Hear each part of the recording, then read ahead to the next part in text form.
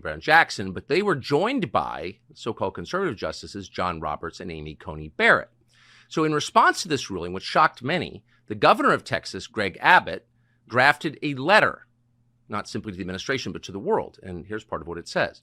Under President Biden's lawless border policies, more than 6 million illegal immigrants have crossed our southern border in just 3 years. That is more than the population of 33 different states in this country. This illegal refusal to protect the states has inflicted unprecedented harm on the people all across the United States.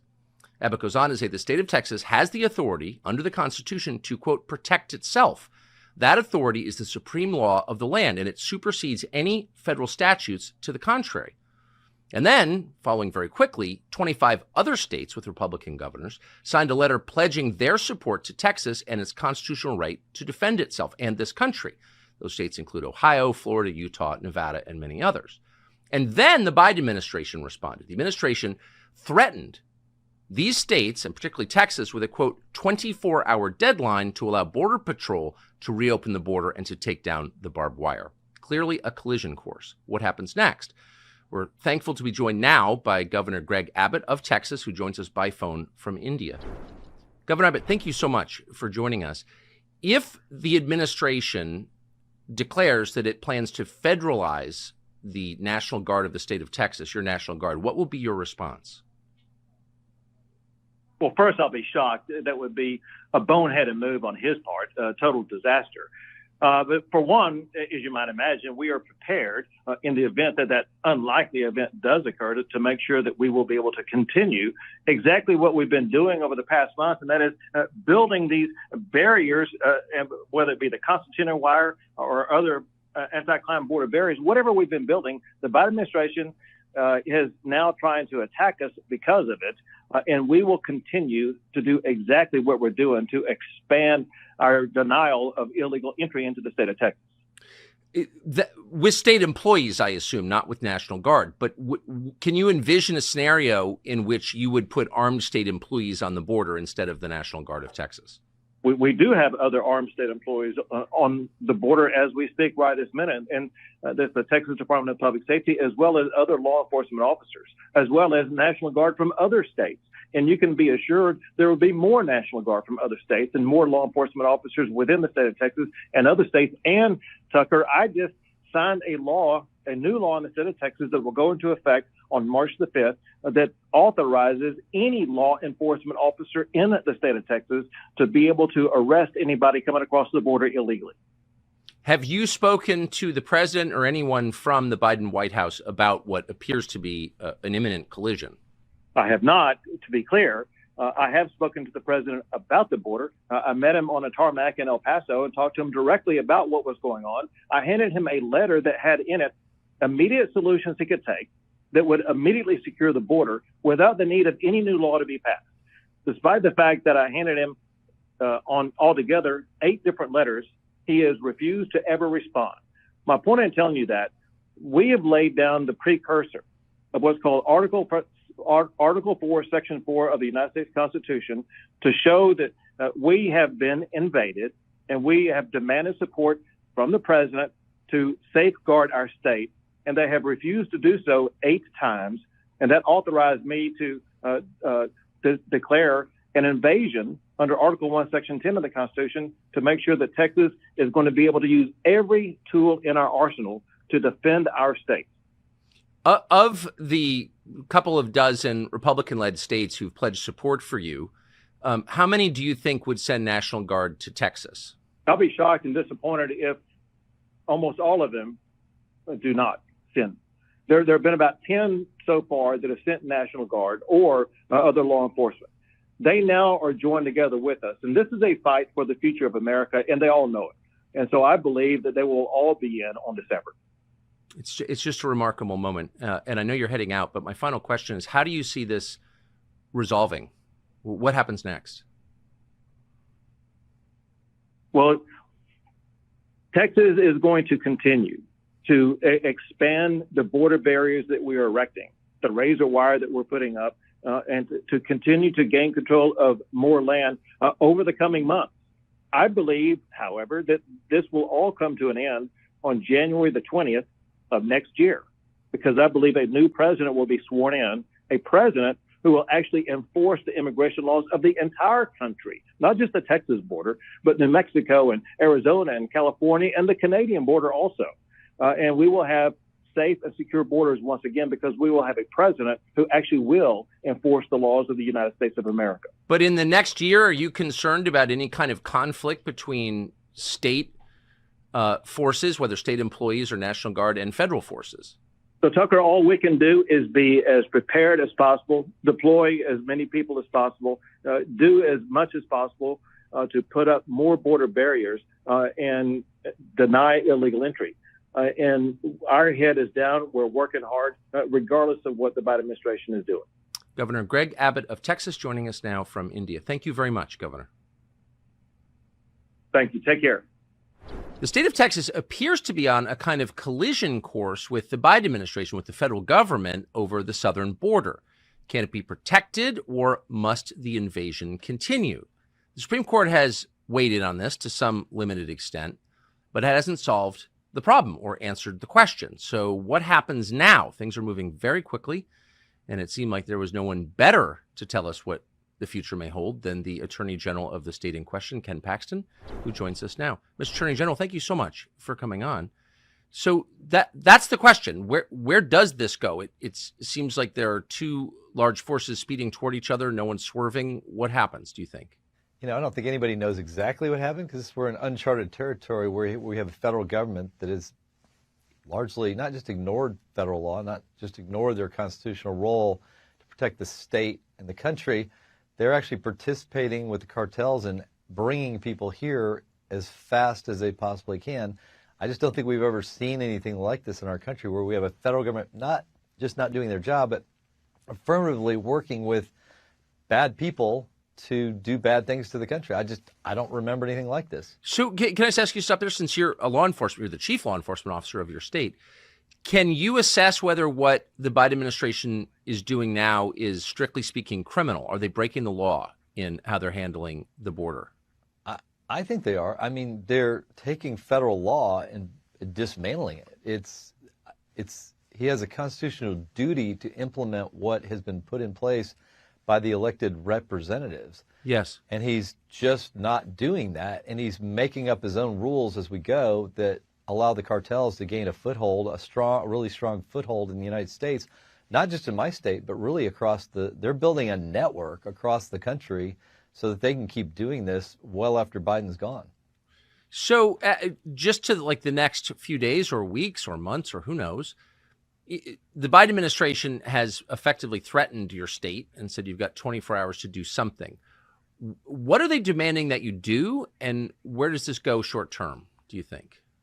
I'm not exactly sure what we're supposed to do. I mean, is it we're supposed to let them help them cut down wire and fences? We weren't ordered to do that by anybody that I know of, and so we have no obligation to help them violate federal law, and we're not going to do it. And I don't think Abbott's going to give in. I certainly don't plan on giving in. So they're pushing us to help them, and we're not going to help them violate federal law. We're going to try to defend our border the best we can with the resources we have. And, my job is to do it in court. Abbott has other resources at his disposal, and I hope he uses every single one of them to stop this. The governor, Greg Abbott, told us this morning from India that there are at least 10 states that have sent National Guard to Texas. Has something like this ever happened in the last, say, 100 years that you're aware of? I know that they've sent different states. I know Ron DeSantis has sent troops, and I believe Ducey, when he was in office, sent troops. But nothing to this scale, nothing since the Civil War that I know such a conflict has existed between the federal government and the states. This is really new territory for us. I think it's new territory for anybody living, because we have not seen this type of conflict between the federal government basically ignoring all of their duties. And I can't even imagine actually Texas, when it came into the Union, agreeing to come into the Union if they knew that the federal government wasn't going to defend the border. That would have never happened. I'm not sure there would have ever been a constitution that was joined by states if they ever thought that the federal government wasn't going to defend them. And if they didn't, they couldn't do anything. The states couldn't do anything about it. That doesn't make any sense. Right. They did never imagine that a dictator president would decide to change the population to win elections forever. I don't think that even entered their minds. So, what would happen if Biden decides to, quote, federalize the National Guard of Texas? Look, he can do that. Any president can do that. I think that pretty much ends his election possibilities. Not that they're that good now anyway, but this is becoming the number one issue. When you come into a state like Texas, that I think people can clearly see, we're just trying to protect ourselves from crime and terrorism and a lot of bad consequences. I don't think now these liberal sanctuary cities know the same problem. They've got just a little bit of what we have, and they know that this is real. So I think it's becoming more, Americans are becoming more aware, and I think if Joe Biden decides to force that onto us by taking over the National Guard, I think it's an automatic loss. He's done. And so, in some ways, we have to suffer with the consequences for a few months if he does that, which I still hope he doesn't. But in the end, he loses the election absolutely if he does that. Do you think it's possible that he will? I mean, I guess it's possible to know, but what would you rate the likelihood? I don't know. I mean, I don't really think Biden's thinking about this much. I think it's his handlers, whoever's behind the scenes, making those decisions. If I knew who that was, I could probably better give you an answer. But, I have no idea what he'll do because I don't think he knows what he's going to do. And after he's done, I'm not sure he even would recognize what he did. So if I knew who was making that decision, I could actually direct questions at him, or somebody could. I think that would be helpful. But we don't know who's running the country right now. Yeah, no, I don't. I've never met someone who could answer conclusively who's in charge of the United States. Obviously, it's not him. So, what does Texas, in the meantime, plan to do to secure the border on behalf of the whole country? By the way, not just your state, but all of us. What are you going to do? Yeah, we're fighting for our lives. We have several lawsuits. This one comes back to the Fifth Circuit. So we're back in court on this very issue of them cutting down our wire. So it's not over, and I'm still hopeful that somewhere along the way the Supreme Court will figure this out and realize the damage that they're creating for the states and the conflict that they're allowing between the federal government and the states, that they should just not do. They should require that if there's federal law and there's a constitution, that it be enforced. So, but we have other cases that we're dealing with. We've got the Shelby Park case where we've taken control of that park. And I think the governor's just going to hold on to it. And I think we also have this March 5th date looming where we've already been sued by the federal government, by the ACLU, because the state has passed laws that go into effect in March where we can deport people that are here illegally. And we're going to do it. So we've got a lot of conflict ahead. We got the Bowie's case, which is also up at the Fifth Circuit, which will be heard by the entire court, I think, in the coming months. So there's numerous cases where the courts still have a chance to actually force the president to follow the Constitution and protect the American people.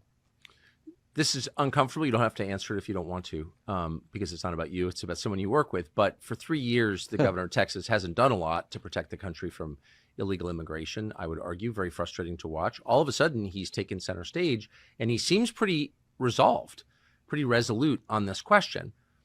Is it your sense that this is a genuine change of heart?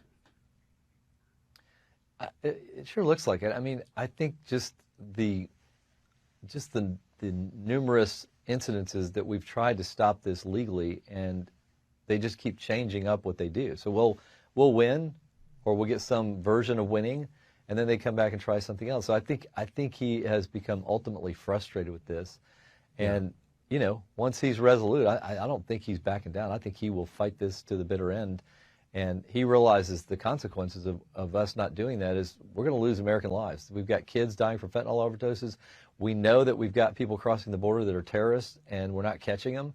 And we know that we're going to be dealing with the cost of this for decades. And it's insurmountable if we let this continue.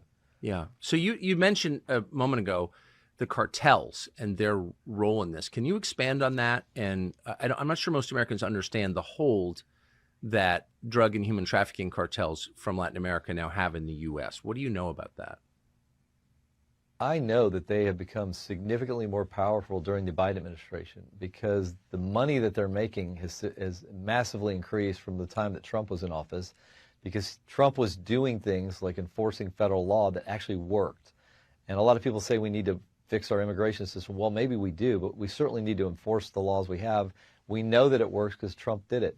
Since that time, the cartels have worked with the Chinese in importing fentanyl. We've lost thousands and thousands of kids and over 100,000 Americans to fentanyl overdoses, and they had no idea that they were taking fentanyl. And so the challenge that we have in front of us is we have the cartels making $10,000 to $12,000 a person. So the more people they bring into the country, the more money they make, and the more they're able to build their network. And they're not going to want to give this up when they're making billions of dollars on drugs, human trafficking, sex trafficking, other crimes, and importing people. I think it's going to, as they gain power and they gain more assets, that network is getting built out during Biden's administration, and the next president, hopefully Trump, is going to get stuck with dealing with that. So you're the Attorney General of one state out of 50. Merrick Garland's the Attorney General of all 50 states. If you know this, he must know this. Why has Merrick Garland, apart from the obvious answer, he hates America, but why hasn't he done anything about this? So I think this is this is clearly a plan, right? This is a strategy. It's just like their election strategies. This is a strategy that started on day one when Joe Biden said, well, we're not going to deport anybody. And of course, he brought people in like Merrick Garland who were fine with not enforcing federal law, who didn't care if the Constitution was honored by the president or him. And so their goal is simple. I think it's two things. They want more votes, and this is a way of getting them here. And then they'll want to give amnesty. And they are bringing them mostly to Republican states. And they also want to hurt Republican states, I believe, because there are costs associated with this. And right now in America, people are voting with their feet. They're leaving California, Illinois, New York, and they're going to Florida, and they're going to Texas, and they're going to Tennessee. They're going to Republican states because it's a better life, and they don't have to deal with the higher taxes and the regulations, and they're going to have a better life for their families. And so the Democrats realize this. Biden and his team realize this. So part of the way of dealing with that is, well, let's just hurt Republican states. Let's bring more crime for them to deal with, so it's less likely that people want to go there. Let's bring in more costs, so they have to have higher taxes to pay for all this illegal immigration that they didn't ask for, but the federal government brought to them. So I think it's a twofold strategy. Harm the Republican states, do as much damage, and if it means some kids die or some people die, they are willing to trade that to get the votes and the damage to Republican states. And people would say, how cynical, but I'm looking at what they're doing, not what they're saying. In the 1980s, when I lived there, California was the richest state, the least corrupt state, had the best schools, the best roads. And now, of course, it's the most corrupt state, one-party state, and it's unlivable. And immigration did that. No other thing did that, just immigration. So why wouldn't that happen in Texas, which has been their goal from the beginning anyway? It's going to happen. It's going to happen all over the country, particularly in Republican states, because that's where they're bringing most of the illegals. That is the strategy. Fill up the Republican states to deal with the problems, the crime, the costs, and then also, hey, there'll be more voters. They'll have kids. Those people will vote, and they presume that those votes will go their way. And that's the strategy, because if you turn Texas and a few other states Democrat, we effectively are California. We have a one-party system where there's not accountability, there's not competition, there's not a way for the voters to change things if the system is rigged so that only one party is in power. And that is ultimately the strategy of the Democratic Party. Create one party where the voters don't have a choice. So I think what you're saying is factually supported. I mean this with respect. I think it's very obvious. Why is this so clear to you and not at all clear to, say, 95% of Republican senators in Washington?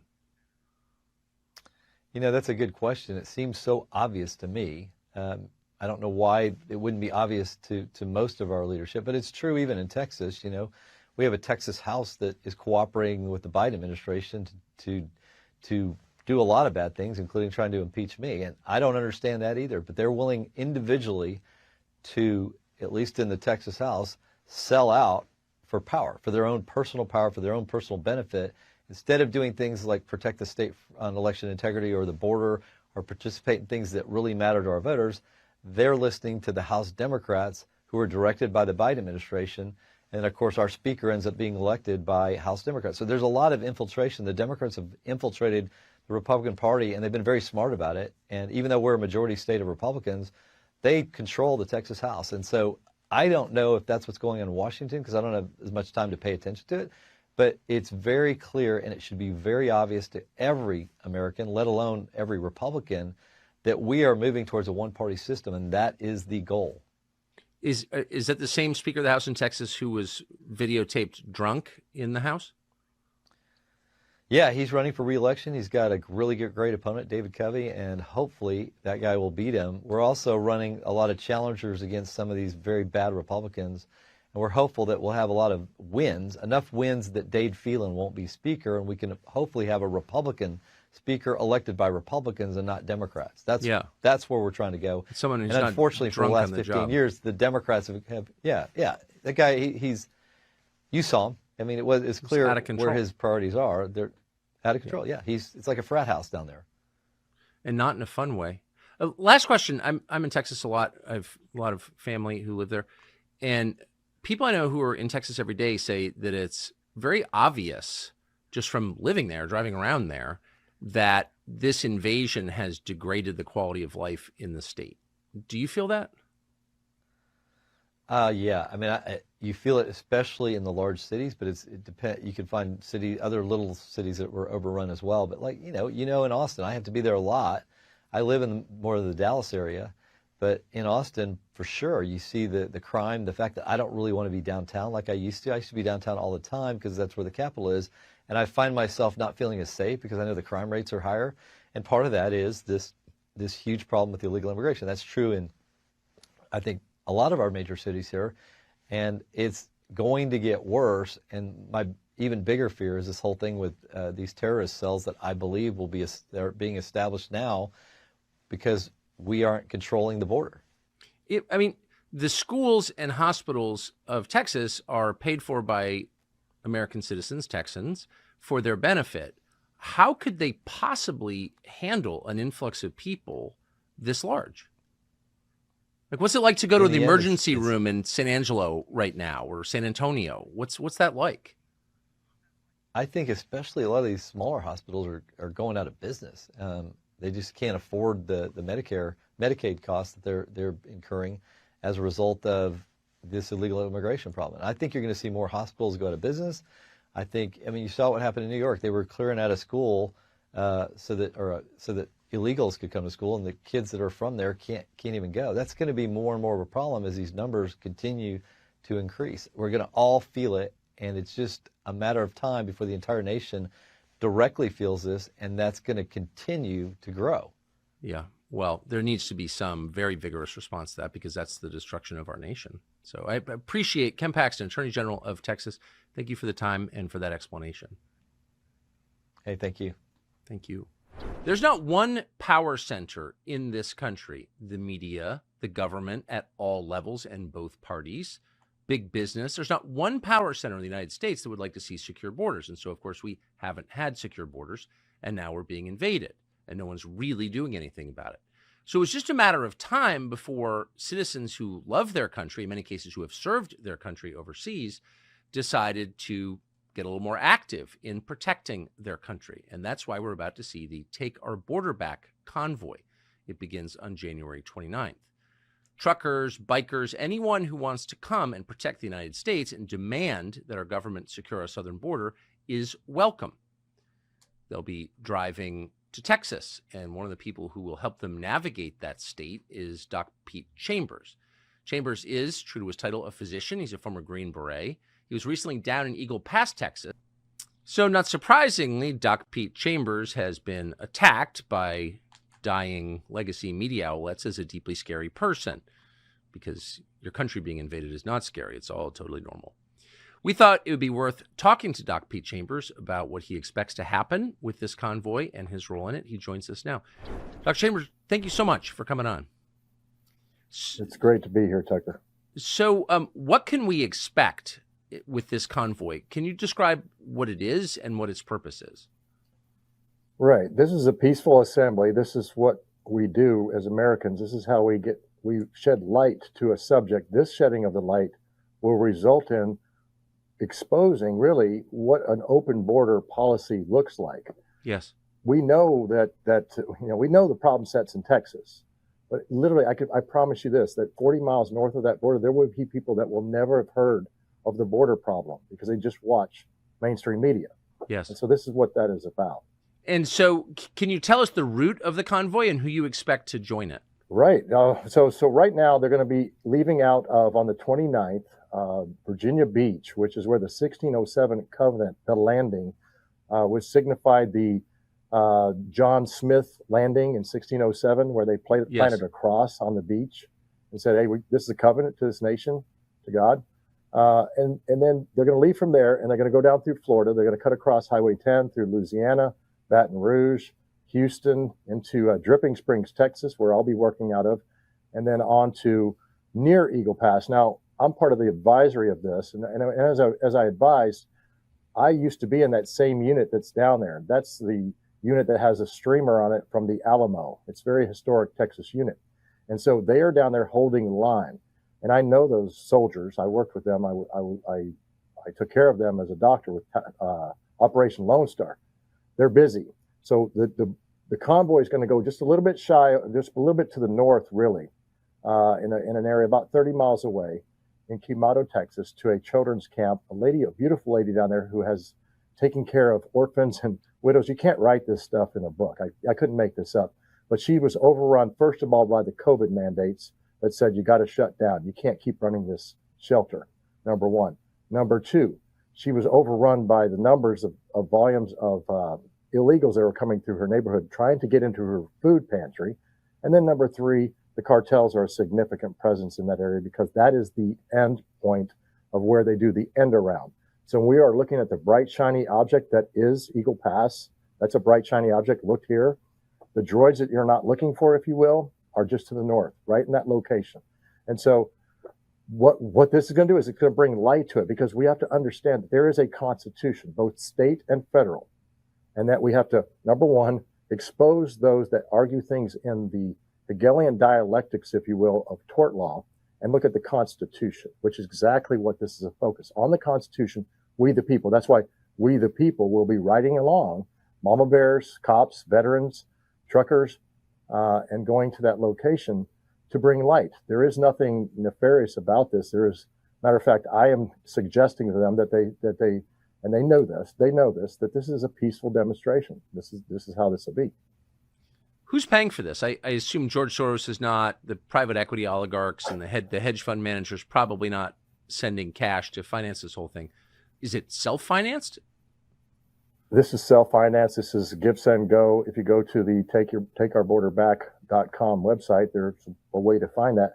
But this is unlike what I saw on the border, and I can tell you who all the actors are with that, and there would be a longer discussion where that money comes from. Perhaps we should. Perhaps we should go to Mexico first and drive across the border at the point of entry and just say, hey, we need one of those bags of cash that you're giving out to the illegal folks.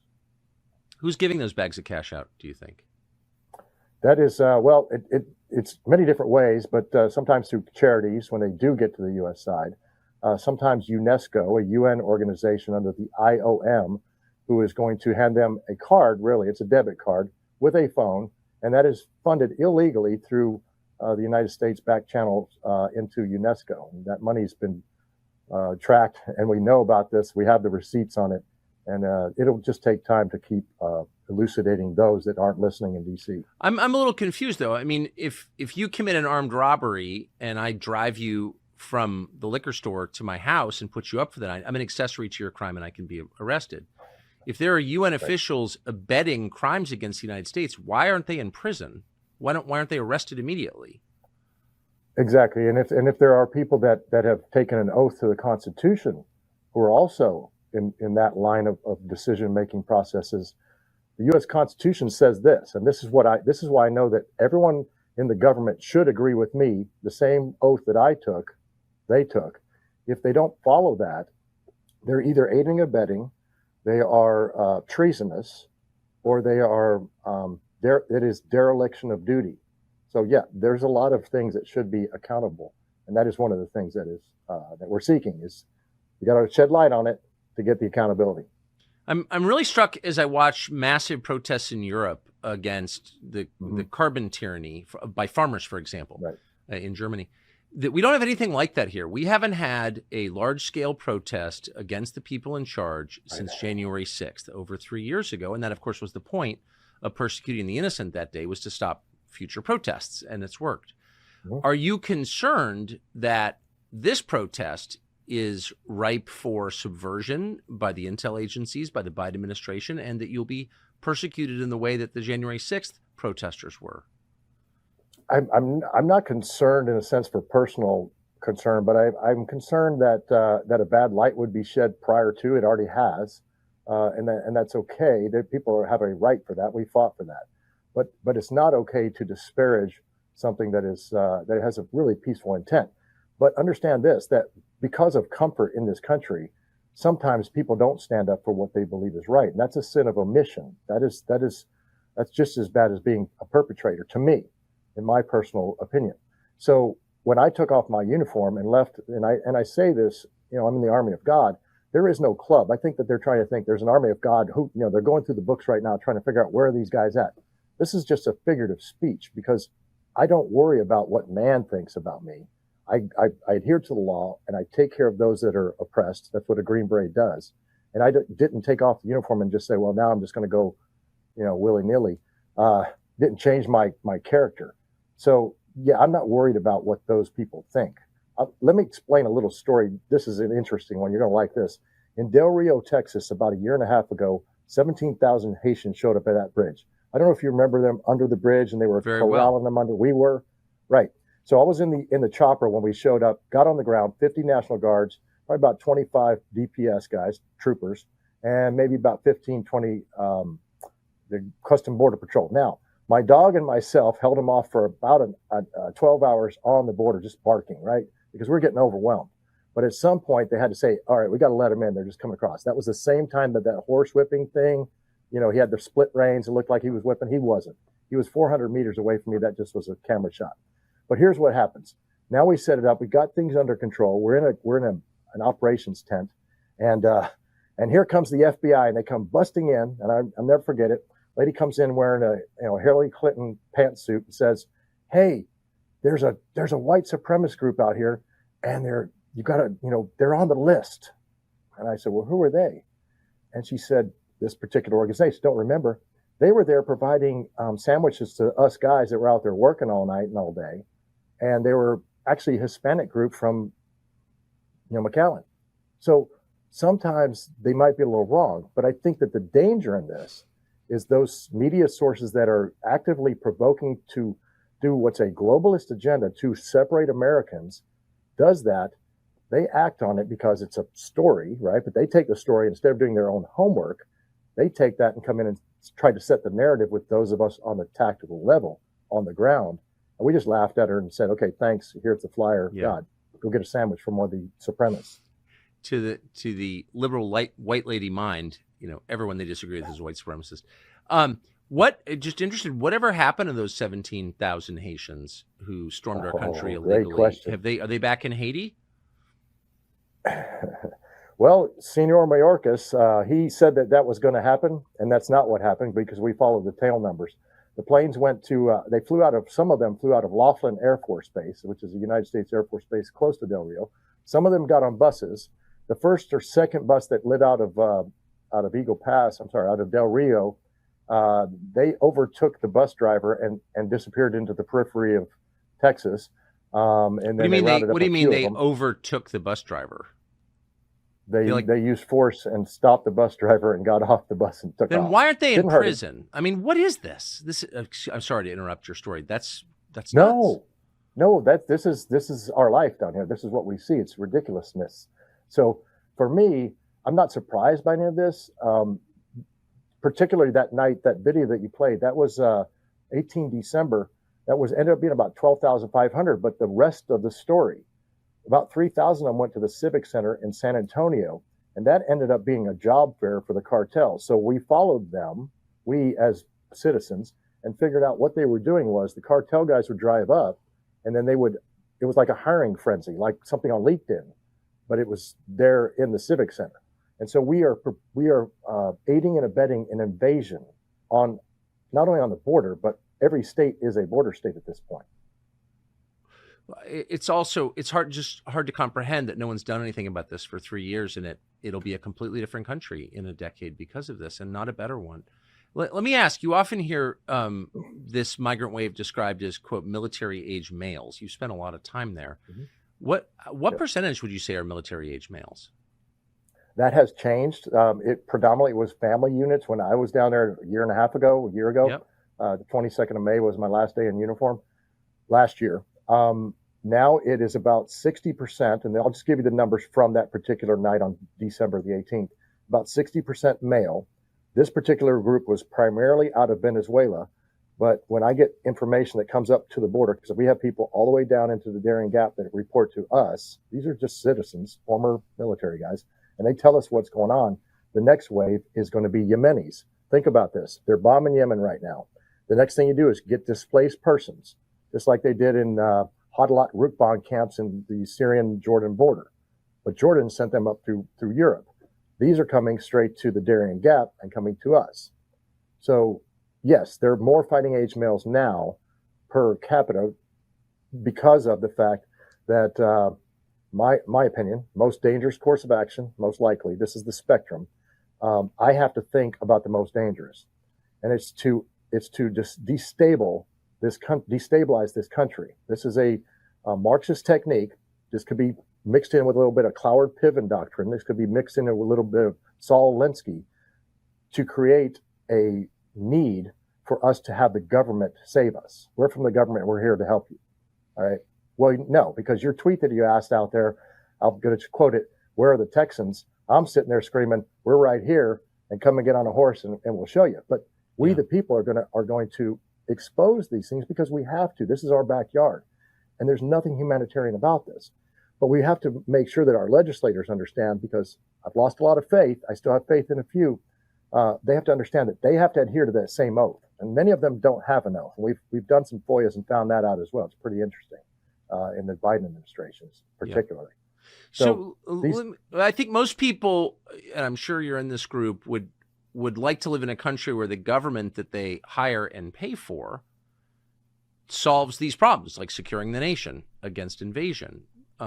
But they're not, and so citizens are stepping into the breach. Do you have any hope that Governor Greg Abbott of Texas will change his longstanding policy of supporting open borders and really crack down? Do you think it's real? You know, since I've been on the border, I've done numerous talks on the optics and the reality of Operation Lone Star since I got out, because I had to start telling the truth, because I just couldn't stand that what we were doing was 90% optics and 10% reality in stopping anything. We counted a lot of heads, and we apprehended, if you will, the numbers on a piece of paper. So now there is a constitutionally written document that came out the 24th, not 2 days ago, that is constitutionally driven. I love it. But we have to look at the way that they were arguing in court. And this is where I want, the citizens to do their part, is to talk to A.G. Paxton, who I admire and I've had discussion with, and say, you can't use tort law in the Fifth Circuit amicus brief. Exactly. If you look at the references, they didn't use the Constitution. They used tort law, case law. And that's never going to fly, because the job of the federal government is to provide security for this nation, period.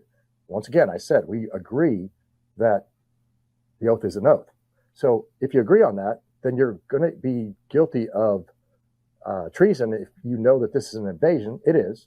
I mean, how many deaths of Americans, sometimes, and this is going to be ugly, but hacked to death. We've heard of stories that raped by illegals coming in, doing this. How many warrants this invasion? I mean, at what point do we say this is enough?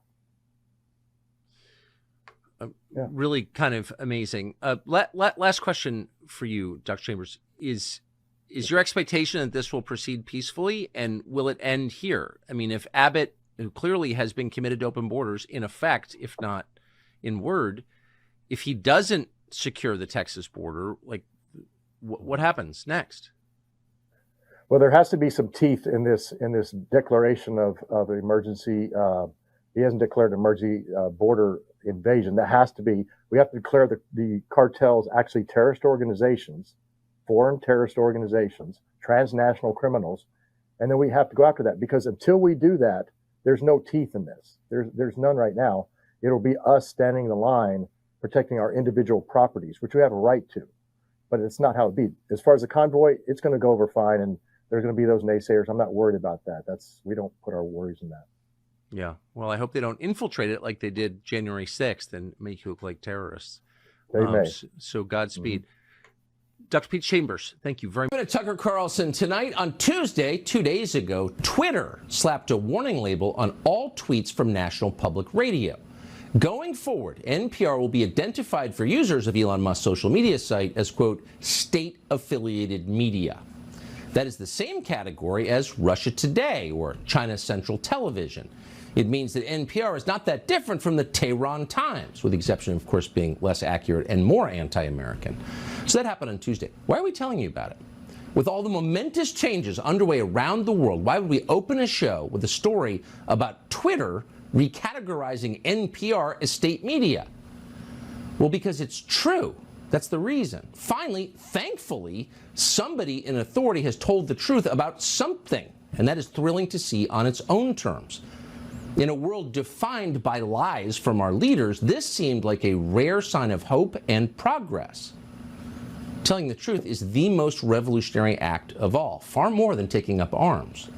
And yet, you rarely see it. Human beings created language in order to describe the world around them more precisely than they could with, say, grunting or sign language. But unfortunately, we have been subverting our own creation ever since. But not tonight. By calling National Public Radio what it is, Elon Musk has used English as it was intended to be used in order to tell the truth. Of course, NPR is state media. Have you listened to it? It has all the hallmarks: repetitive dishonesty, authoritarian politics, unwavering devotion to the party in charge. Of course, that could describe virtually all media in this country. The difference is the state actually pays for NPR. NPR was created more than 50 years ago by a law signed by Democrat Lyndon Johnson. It was called the Public Broadcasting Act. And from its very first day, NPR was wholly dependent on tax dollars in order to exist. And it still is. Federal funding is essential to NPR, explains NPR's own website. So there's no factual debate about that fact, but there is a great deal of lying about it. Every year, NPR lobbyists head to Capitol Hill to demand more tax dollars. Democracy can't exist without us, they screech, while simultaneously at the very same time telling you at high volume that NPR takes virtually no tax money. So we don't need federal subsidies, don't even want them really, but you have to increase them. That is NPR's line, and has been for decades under the political leadership of both parties. And it's essentially unchallenged by anyone. It just stays. Wars and recessions come and go, but NPR funding remains. But after more than half a century, it is very clear that there is nothing public about National Public Radio. NPR is the radio station of permanent Washington. That's who pays for it. That's who benefits from it. By adding 3 simple words to NPR's tweets, Elon Musk exposed that forever to the world. Such is the power of truth. It exposes, and of course, it infuriates those who are exposed. So NPR howled in outrage, but with its signature pursed-lipped fussiness. Here's a direct quote from a piece on NPR's website, which really does belong in the Museum of Uptight Liberalism. Quote, NPR officials have asked Twitter to remove the label. They initially assumed it was applied by mistake, NPR spokesperson Isabel Lara said. We were not warned. It happened quite suddenly last night, Lara said. In response to an NPR email for the story seeking comment and requesting details about what in particular might have led to the new designation, Twitter's press account auto-replied with a poop emoji. Well, it's just so perfect you couldn't improve it. Hey, Twitter, stop calling us what we are. Okay, NPR, here's a scat cartoon. So you can forget the rockets and the electric cars. Elon Musk is a hero for this alone. But NPR wasn't finished. It still had fight. National Public Radio was so angry, so enraged to be called state media, that its supporters enlisted the help of the regime's top spokeswoman to claim otherwise. Stop calling it propaganda, said the propagandist. Again, it's an irony-free zone and just too great. Watch this. There's no doubt of the independence of NPR's journalists, and it has been. If you've ever been on the receiving end of their questions, you know this. You know that they have their independence in journalism. NPR journalists work diligently to hold public officials accountable and inform the American people. The hard-hitting independence nature of their coverage speaks for itself, and so I'll leave it there. That is so Baghdad Bob. It's unbelievable. Here she is reading a press release for NPR that tells us they're famous for hard-hitting independence, which speaks for itself. Really? How many tough questions have they asked you, Karina Jean-Pierre? Not a single one. They're fluffing her every day. She's so smart. And so she pays them back. Hard-hitting independence. This is the same radio station that in the final days of the last presidential campaign took a look at the biggest political story in years, the New York Post story on Hunter Biden's laptop, and then ignored it completely. And not only ignored it completely, but because they are fussy and self-righteous to their very core, they bragged about how they were ignoring it completely.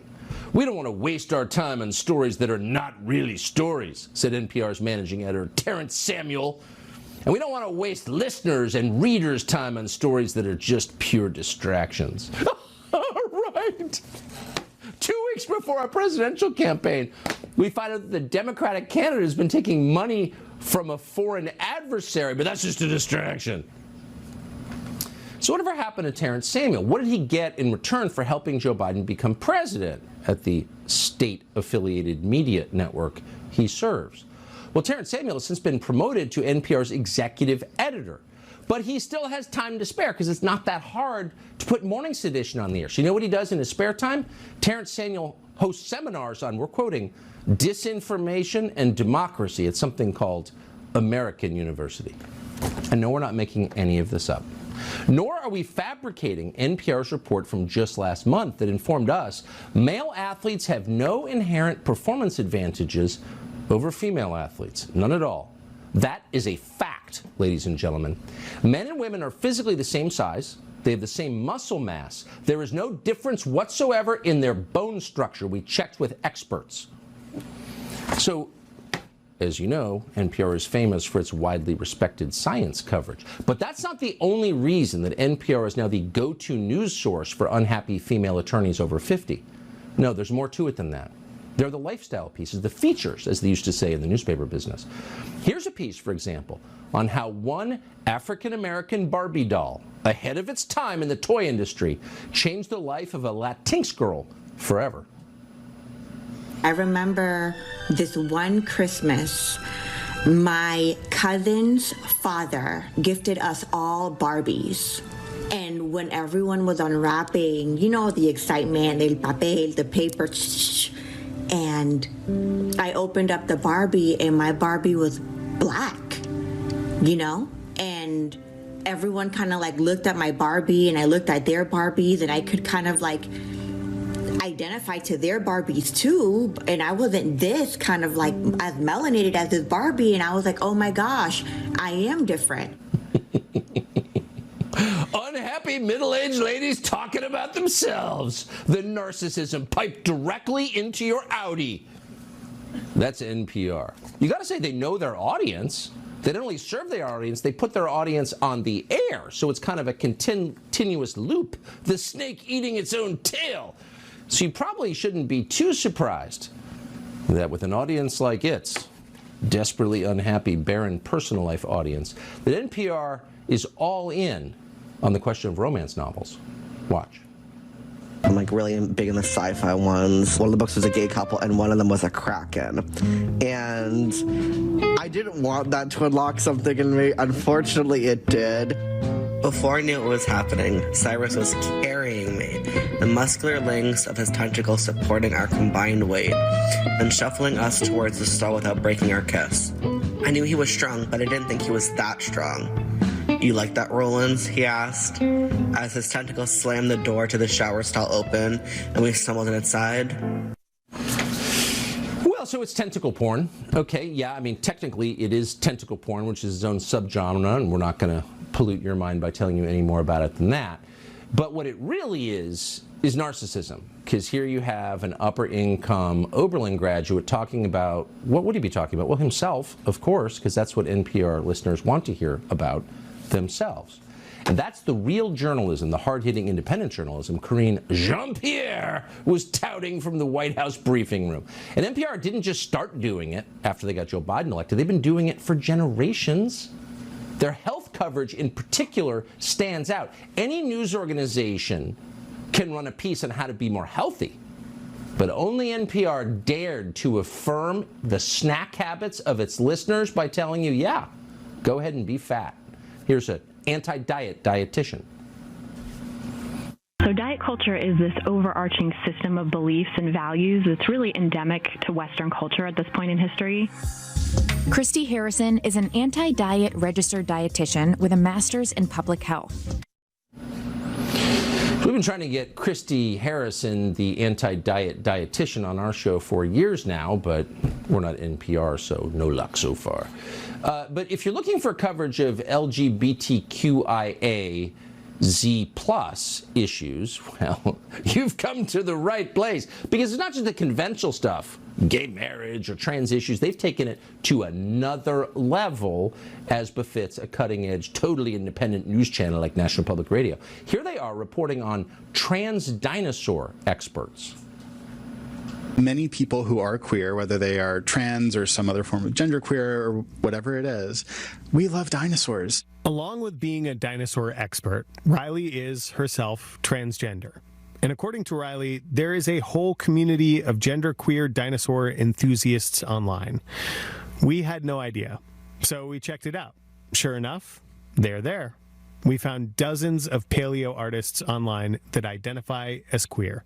Type dinosaur into the LGBT subreddit, hundreds of results, with pride dinos, rainbow dinos, dino moms, dino dads, and a lot of puns. Like Allosaurus. Transceratops. Transceratops. Transosaurus rex. Now, a lot of people say, if the topic of NPR comes up in conversation, yeah, I'm all for National Public Radio and I'm happy to work an extra day a year to pay for it. But I'm not a trans dinosaur. I'm not. So what's in it for me as a non-trans dinosaur? That seems a little niche. And that's a common misperception about National Public Radio. As long as you're talking about yourself and doing so in a self-satisfied, completely out-of-touch way, NPR is the station for you. In other words, they're interested in all forms of diversity. Back in 2021, NPR discovered a trendy new television show. Why'd they like it? Well, here's why. Well, Kumari, what TV show were you binging this year? I was watching We Are Lady Parts. It's a musical comedy about a punk band in London that is made up of all Muslim women. What are you watching? That's the hard-hitting news coverage that makes the difference between democracy and tyranny. What are you watching? Self-satisfied, fussy people with nose piercings talking about what they're watching in their tiny little apartments in Brooklyn. Well, I'm watching a musical, an all-Muslim trans musical, a punk band. It's great. So that's NPR in 2023. And the truth is, NPR's always been kind of awful, kind of unbearable, kind of cringy, as they say. But now, you can't even listen to it, because the people who work there are deranged. They're ideologues. And ideologues, of course, in the end, go crazy and start attacking each other. The revolution inevitably eats its own. And we're seeing that on display now and, frankly, kind of enjoying it. So after NPR laid off 10% of its staff recently, one NPR show called Louder Than a Riot, Louder Than a Riot, they love riots at NPR, tweeted this, and we're quoting, "The hardest part is that our SZN, if you're not Hungarian, you probably know what that means. We certainly don't. Our SZN is about misgenre queer trans black women face in hip-hop. Yet within NPR, the majority impacted in these layoffs were queer POC staff and programs." In other words, racist! By the way, misgenre, in case you aren't up on your NPR speak, has something to do with bigotry against women who are black. Not that NPR bothers to define any of those terms. Anyway, it gets better. Because once you put crazy people in charge of your newsroom, well, crazy things happen. So they tried to call an all-hands meeting to explain why people were being fired. The real reason, of course, is no one wants to listen to this crap. But an NPR executive had to get out there and try to speak slowly and tell these people why they were fired. And people start screaming at him. So he called for civility. And then one employee said, "You need to read this piece." Quote, "When civility is used as a cudgel against people of color." That's NPR, ladies and gentlemen, on the inside. NPR, by the way, we told you at the outset, is now officially state media. And honestly, that tells you a lot about the state. Vince Colonnese is a radio host in Washington, D.C., a very popular one, deservedly so, and he joins us tonight to assess NPR. Now, you live in Washington, you report on it on the radio. Was there ever a question in your mind that this was state media?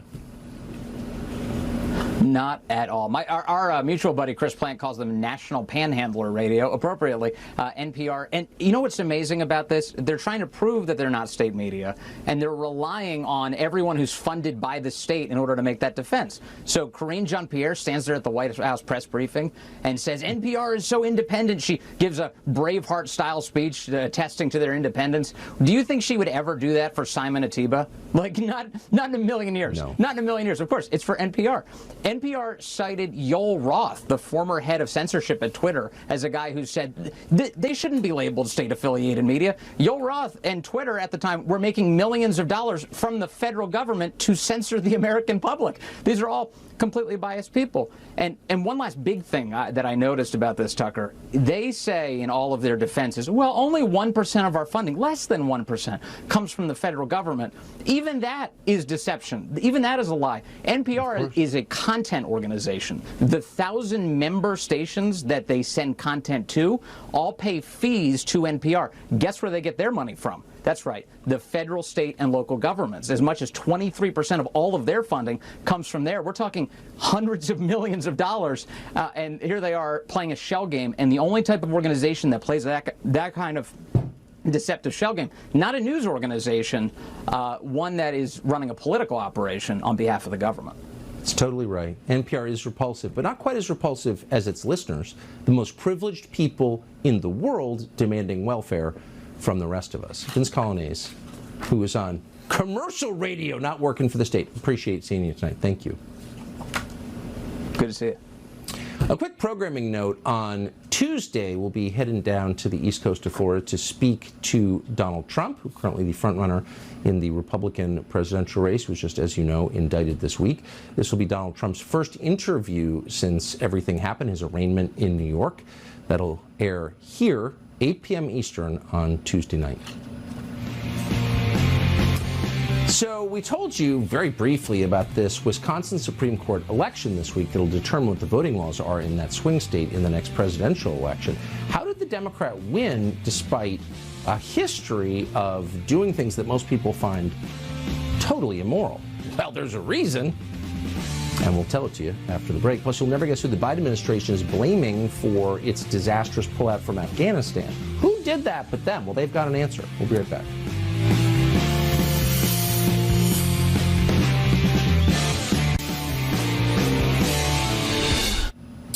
This week, as you may have heard, Democrats took control of the Wisconsin Supreme Court, and that has major ramifications for the 2024 presidential election in a key swing state, which is why they wanted that seat so badly. So voter ID will be shut down, which will allow fraud. That's the whole point of getting rid of voter ID, to commit more fraud.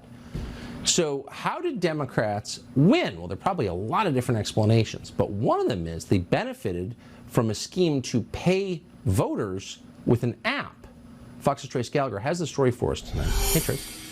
Hey, Tucker. So going into the Wisconsin Supreme Court election, the balance of the court was 4-3 leaning conservative. The race was between conservative Judge Dan Kelly and liberal Judge Janet Protasiewicz. Now, a group called Wisconsin Takes Action was offering voters up to $250 to influence their family and their friends to vote. The Wisconsin Takes Action website doesn't mention Protasiewicz by name, but it does say, quote, "We are ready for a progressive majority on the Wisconsin Supreme Court." In other words, the group group was betting that voters could do the math. And here's how the deal worked. Wisconsin Takes Action set up an Empower app. If you download the app, you get $30. If you provide 75 names and phone numbers, you get an additional $60 gift card. And each time you reach out to a friend or acquaintance to vote, you get more gift cards until you reach $250. The Wisconsin Republican Party filed a complaint with the State Ethics Commission, and GOP state lawmakers and other groups have called it outright bribery. And Wisconsin statute 1211 appears to support that, saying that it is a violation or bribe for any person who, quoting here, offers, gives, lends, or promises to give or lend or endeavors to provide anything of value. $250 would fall under that anything of value category. It's also notable that in this election, half of Judge Protasiewicz's campaign contributions came from outside the state of Wisconsin. Only 19% of Judge Kelly's came from outside the state. She won, he lost. You will hear more about this. Tucker. Only 18%. That's unbelievable. Chris Gallagher, thanks for that informative report tonight. Appreciate it. So the pullout from Afghanistan under Joe Biden was one of the most humiliating foreign policy disasters in American history. It's hard to think of one more humiliating. 13 American servicemen killed, thousands of American citizens left behind. Many Afghans died, by the way. Some of them fell off airplanes. Others were blown up in drone strikes for no obvious reason by the Biden administration. And maybe worst of all, we turned the Taliban into the best armed military force after Pakistan in the entire region. Joe Biden did that his first summer as president. So what does the administration have to say about this? Well, in a new report, they take no responsibility whatsoever. Instead, they blame it on, somehow, Donald Trump. So today, Fox's Peter Doocy asked John Kirby, how does that make sense? Watch. You admit that the intel was bad. So how can President Biden ever trust when they come into the Oval Office with the PDB that anything in there is legit? What I said was that intelligence is a mosaic. What if the mosaic, all the pieces are incorrect? What I said was intelligence is hard business, and they get it right a lot too. There were some pieces here that weren't accurate. This document and this effort isn't about accountability today. This is the next muscle movement in what will be a long process to better understand and comprehend and adjust to what we learned and what we did in Afghanistan. There were children being killed. There were people hanging off of Air Force jets that were leaving, and you're saying that you guys are proud of the way that this mission was conducted? Doesn't mean of that?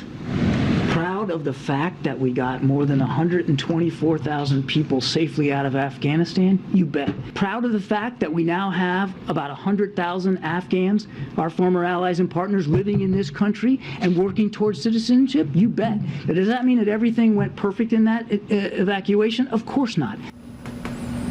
Few things more degrading to the reputation, hard-earned reputation of the American Armed Services than having a shameless liar like that man, John Kirby, speaking on its behalf. Joe Kent carried a weapon in combat zones for most of his life. He's a retired Green Beret combat veteran, also a former candidate for Congress. He joins us tonight. Joe Kent, thank you so much for coming on. So what do you, as someone who spent a lot of his life in that region, what do you make of this explanation? Well, first off, Tucker, all the Democrats and Joe Biden are trying to do right now is avoid accountability, shift it back to President Trump. And that's because House Republicans have finally started putting some pressure on the Biden administration, demanding for accountability. So that's the knee-jerk reaction. But this is a complete and total disgrace. Look, I would have a lot more respect for the Biden administration if they went after the military-industrial complex and the intelligence community for their lies. This all goes back to when President Trump attempted to get us out of Afghanistan. He fought us to the negotiations table. And that's when the intelligence community and the military-industrial complex lied to the American people. They leaked it to the media that Putin had put bounties on the heads of American soldiers, the whole Russian bounty narrative. And then Congress, in a bipartisan fashion, moved to block Trump from spending money to get us out of Afghanistan in the summer-fall timeframe of 2020. We should have been out then. We had a plan. But then Biden came in and he couldn't do Trump's plan. He wanted to get our troops out on his timeline in September 11th of 2021. And then the military-industrial complex continued to lie, this time to Joe Biden. You kept hearing those rosy assessments of how the Afghan military was going to hold the ground and they were going to stand and fight for months on end. They lied, and Americans died as a result. Someone must be held accountable. Yeah. So you know what happened. You personally, Joe Kent, know what happened and almost uniquely are brave enough to tell the truth about it. And this is why they prevented you from winning that seat in Congress in one of the most rotten elections I've ever seen. And so I hope you'll be running again and continuing to tell the truth. Joe Kent, thank you. Thank you, Tucker. I will. So you'd think the price of college, since the economy is teetering, would be coming down, but it's higher than ever. So you have to ask, what will happen when artificial intelligence replaces maybe most of the entry-level white-collar jobs that these students are going to college to try to get? Is anyone thinking this through? Mike Rowe is thinking it through. He joins us next.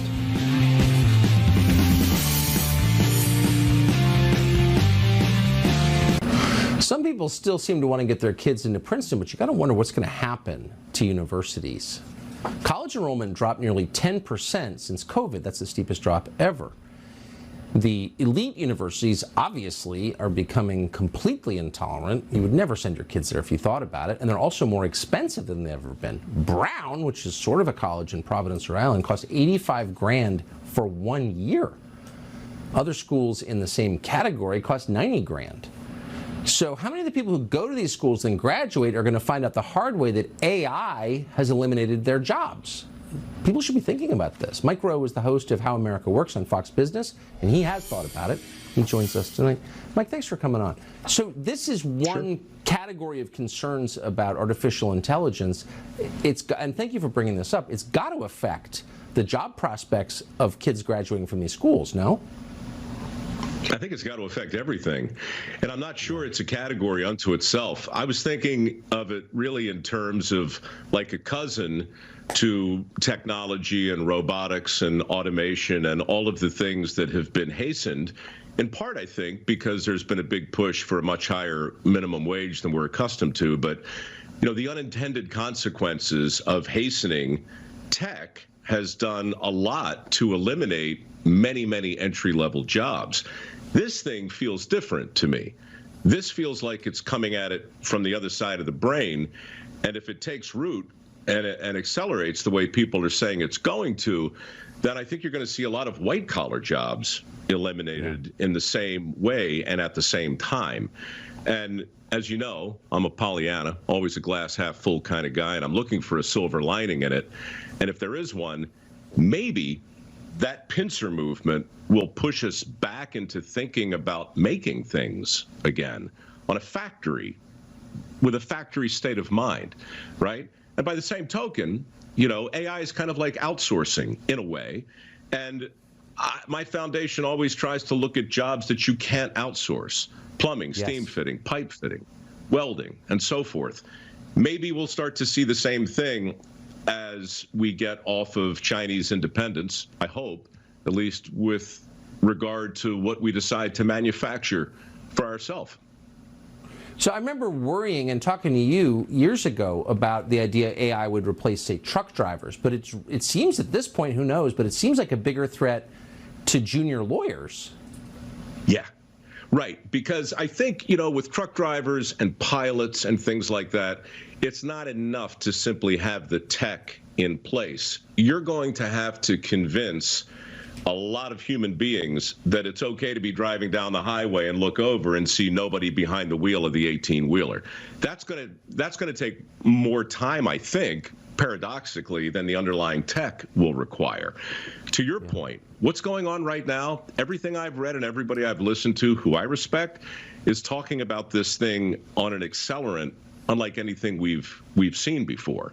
It's reading our minds, and it's churning out a better work product in many cases than we're capable of. So, you know, I think a lot of people are thinking about tapping the brakes.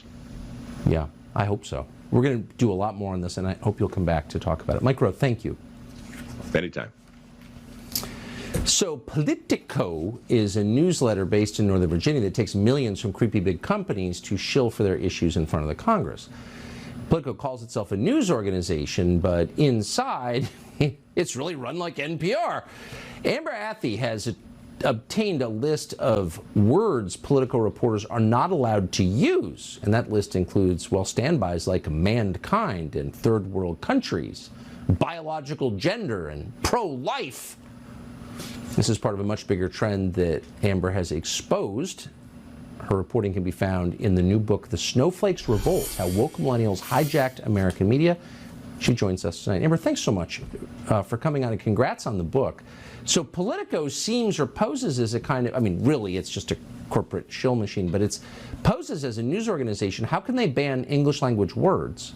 It's truly incredible. I mean, places like the New York Times and the Washington Post get a lot of flack, and rightfully so, but Politico has kind of been flying under the woke radar, and this style guide is really just indicative of a larger trend at that publication. They also brought in several transgender activists to lecture the reporting staff on how they were allowed to write on transgender issues, with one of the individuals who was leading that charge actually telling the reporters that it is a violation of journalistic ethics to report on both sides of the transgender issue.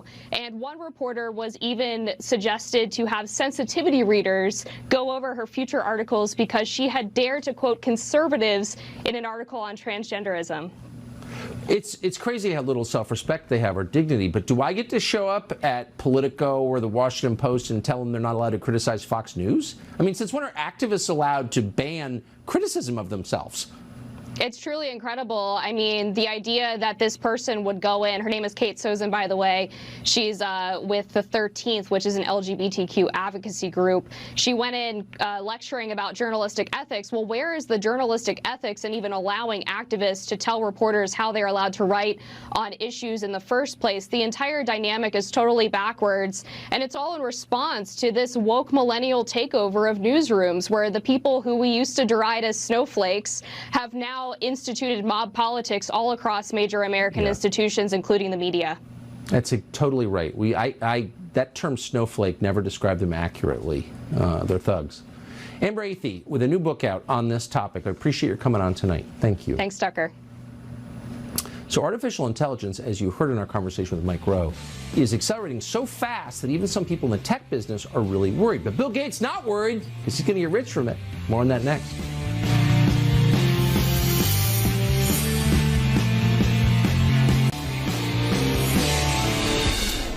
So people have been talking at the margins about AI, artificial intelligence, for quite some time, and all of a sudden you have a chance to test it with various chatbots like ChatGPT. And if you have, you know how bizarre and unsettling and honestly amazing but scary this technology is. It's lots of different things. So ChatGPT will lie to you in the service of neoliberal ideology, which is flat out lies. It's supposed to be all-knowing. It's all deceiving, actually. Elon Musk and Apple co-founder Steve Wozniak have both called for a 6-month pause on the development of AI because it could end humanity. And they're serious about it. They understand it, and they're really, really worried. But Bill Gates, who founded Microsoft, which is benefiting from AI, says, no way, no pause, onward into the unknown. Eddie Scarry is the author of Liberal Misery. He joins us to decide who's on the right side tonight. Eddie, thanks so much for coming on. So you have two of the biggest names in technology, founders, as they say in Silicon Valley, each taking a polar side of this issue. Who do you think is right? Well, I think if any of your viewers want to live a happy, healthy, sane life, you can pretty much always do the opposite of whatever Bill Gates says. We've so seen, we saw during the pandemic that this is a person who is completely motivated and will say whatever it is that's in his own business interest. You know, it's, oh, get the shots, get all the vaccines you can, get 3, get 4, get 5, and as he's lining its pockets with pharmaceutical money. I think that there should be no reason to trust him anymore after that. When he says, and it's not that I put a bunch of faith in these tech overlords like Elon Musk and others, but it turns out that with this technology, what we have seen is the people who are enmeshed enmeshed in it and saw what was coming, even they were surprised by it. The people who developed this stuff, there were glitches with it. You had these bots saying, "Oh, we're gonna release more viruses on the world. We would like to destroy the world, live independently." And then even the people who created those things say, "Oh, that's just a glitch, and we didn't mean for that to happen. We don't know what that is. We're gonna fix it." I mean, if a 6-month pause is all we can ask for, and Bill Gates says the opposite, no, I think we need to at least take 6 months, at least. So Elon Musk said something really interesting the other day. He said, for all human history, human beings have had the highest known intelligence. And now we've created something that has higher intelligence than us, and maybe we should think through the consequences of that for a second before proceeding? Oh yeah, for sure. And I think, again, when you have this machine that these people have made, that even they are looking at and saying, wait, we didn't realize it was going to do that. Wait, actually, you played with it for too long. We didn't anticipate that happening. And it's having these conversations in ways that are almost manipulating what we think and what we see and what we know to be true. Yeah, that's a real problem. Yeah, I mean, if I got in my new car and suddenly it became a submarine without telling me, I'd hang up the car keys for a while and try to figure out what went wrong. You know, exactly. I mean, for sure. Eddie Scary, great to see you tonight. Thank you. Thanks. So we want to end the show tonight with an update from the natural world, which still matters, even with AI. So if you've got a bee infestation, you're probably tempted to just kill all the bees. But there is another option. You don't have to kill all the bees, and actually a lot of bees are dying anyway, so care about the bees, says a bee removal expert who will join us next to explain why you should care about the bees. We'll be right back.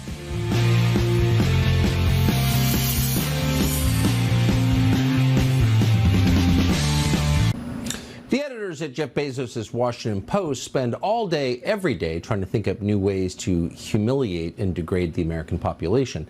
But this week, they've outdone themselves. Fox's Kevin Corke has a report. Hey, Kevin. You just never know what you're going to find in the Post, Tucker. Now, critics argue that climate activists have already targeted SUVs and gas-powered cars, gas ranges, even the food you eat, but now they're coming after your bathroom tissue. Sort of. The Post has a climate coach columnist, a guy named Michael Koren. In a provocative column, he advocates that Americans give up on TP and switch to bidets. He says it'll save millions of trees. Now, before you roll your eyes or throw rolls of TP at the TV, apparently sales of bidets have leapt in the U.S. some tenfold since the pandemic. They range in price from $30 to $21 grand. But most Americans don't know a bidet from a beignet. So what gives? Tucker. I think most Americans don't want to find out, and they go with the pastry over the weird squirting toilet any day. Kevin Corke, great to see you. You too. So most people see bees as pests and want to kill them as quickly as they can. Dennis Langlois of Orlando, Florida has a very different approach. He is a humane bee removal expert. He's been doing it for more than a decade. He's known as the Bee Guy. He joins us to explain why he takes this approach. Dennis, thanks so much for coming on. Well, I see you're protected.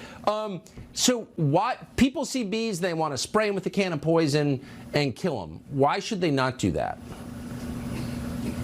Well, two reasons. Number one is, as a homeowner, the last thing you want to do is leave a bee's nest inside your structure. It'll cause more problems than you could ever imagine. And the other reason is because they're honeybees, and so rather than having them killed, there's a beekeeper that would happily remove and relocate those bees, and we do that all day, every day. So how do you, I'm just assuming that bees don't want to be gentrified and move to a new neighborhood. So how do you convince them to leave? Well, it's a physical process. So we essentially evict them. We physically remove their nest, putting it into a beehive. And during the process, we use a special vacuum designed to vacuum the bees up and not hurt them. And once they're brought back to the farm, then we relocate the bees from the vacuum with the nest and put everybody back together and put them to work. How mad are they when they get out of the vacuum? You'd be surprised at how gentle they are. So most of the time we don't have to wear a suit or a veil or any protective clothing during the entire process. Because they're just totally defeated? Like they got vacuumed at that point, they just give up? It seems like they should sting you. No, that's not. No, it's just a matter of knowing the insects and keeping them calm. How important, and obviously you have a reason to promote bees. I'm very pro-bee myself, I'll just say it. But why are bees important? Well, they produce 1/3 of the food we eat, at least. And of course, they also make honey, which is a sweet, delicious treat everybody enjoys. So if any group, if we were to locate any group in the world that produces 1/3 of the food we eat, we'd obviously want to treat them like they were private equity barons or hedge fund managers. Like we'd treat them with a lot of respect. But we don't. Why? I would think so. I think it's just some people have a fear of bees, and their knee-jerk reaction is when they see a nail, they go get a hammer. Yeah, I think that's right. Or a can of bug spray. How much honey do you eat? I eat honey every single day, all the time. Do you really? You look. I love it on ice cream. You're, honey on ice cream, but you're obviously wearing a full suit. We can't really see your outline, but you seem like a pretty slender, fit character. How do you eat honey every day and maintain your girlish figure? I work hard every day. I wake up at 5 a.m. and I don't stop until about 6 a.m. Yeah. Well, you're making the world better. Unlike most people. Maybe even talk show hosts. So, Dennis Langlois, our respect to you. Thank you for coming on tonight. Have a sweet day. You too. Well, we are out of time. Unfortunately, I want to remind you we're going to be speaking to the presidential frontrunner on the Republican side who's just been indicted, we believe unfairly, Donald Trump. It'll be Donald Trump's first interview Monday. Artificial intelligence is one of those topics that's just spooky and sci-fi enough to make for a compelling television segment. They love it on the morning shows. But at the same time, AI is complex enough that it's easy to misrepresent. It sounds like something that could be revolutionary, even dangerous to humanity. But is it? And if it is, what should we do about it? Those questions are significant enough that we wanted to find someone who could provide a definitive answer. Elon Musk seemed like the right person. Musk has been thinking about AI and worrying about it for most of his life. Nearly a decade ago, he helped found a nonprofit research project called OpenAI, and the point was in the name. If we're going to have artificial intelligence, and apparently we are, it ought to be open to the world. That would help ensure that it's used for good and not evil. That was the idea. But as the years passed and Musk found himself preoccupied building a couple of enormous companies, SpaceX and Tesla, OpenAI got away from him. As of tonight, OpenAI is no longer open. It's not a nonprofit research project dedicated to using artificial intelligence to serve humanity. It is instead a commercial enterprise backed by Microsoft and controlled to some extent by the Democratic Party. Elon Musk thinks that's a problem. In fact, he believes it's a threat to human civilization, tantamount to, maybe even more terrifying than, thermonuclear weapons. The conversation you're about to see took place recently in a hotel room in Los Angeles. We think it's important enough that we're going to play the entire thing for you over the course of tonight and tomorrow. Here's how the conversation began. So all of a sudden AI is everywhere. People who weren't quite sure what it was are playing with it on their phones. Is that good or bad? Yeah, so I've been thinking about AI for a long time, since I was in college, really. It was one of the things that, the sort of 4 or 5 things I thought would really affect the future dramatically. It is fundamentally profound in that the smartest creatures, as far as we know, on this earth are humans, is our defining characteristic. Yes. We're obviously weaker than, say, chimpanzees, and less agile, but we are smarter. So now what happens when something vastly smarter than the smartest person comes along in silicon form? It's very difficult to predict what will happen in that circumstance. It's called the singularity. It's a singularity like a black hole, because you don't know what happens after that. It's hard to predict. So I think we should be cautious with AI, and I think there should be some government oversight, because it affects it's a danger to the public. And so when you have things that are a danger to the public, like let's say, so food and drugs. That's why we have the Food and Drug Administration, right, and the Federal Aviation Administration, the FCC. We have these agencies to oversee things that affect the public, where there could be public harm, and you don't want companies cutting corners on safety, and then having people suffer as a result. So That's why I've actually for a long time been a strong advocate of AI regulation. Something that I think regulation is, it's not fun to be regulated. It's somewhat arduous to be regulated. I have a lot of experience with regulated industries because obviously automotive is highly regulated. You could fill this room with all the regulations that are required for a production car just in the United States, and then there's a whole different set of regulations in Europe and China and the rest of the world. So very familiar with being overseen by a lot of regulators. And the same thing is true with rockets. You can't just willy-nilly, shoot rockets off, not big ones anyway, because the FAA oversees that. And then even to get a launch license, there are probably half a dozen or more federal agencies that need to approve it, plus state agencies. So I've been through so many regulatory situations. It's insane. And sometimes people think I'm some sort of like regulatory maverick that sort of defies regulators on a regular basis, but this is actually not the case. Once in a blue moon, rarely I will disagree with regulators, but the vast majority of the time, my companies agree with the regulations and comply.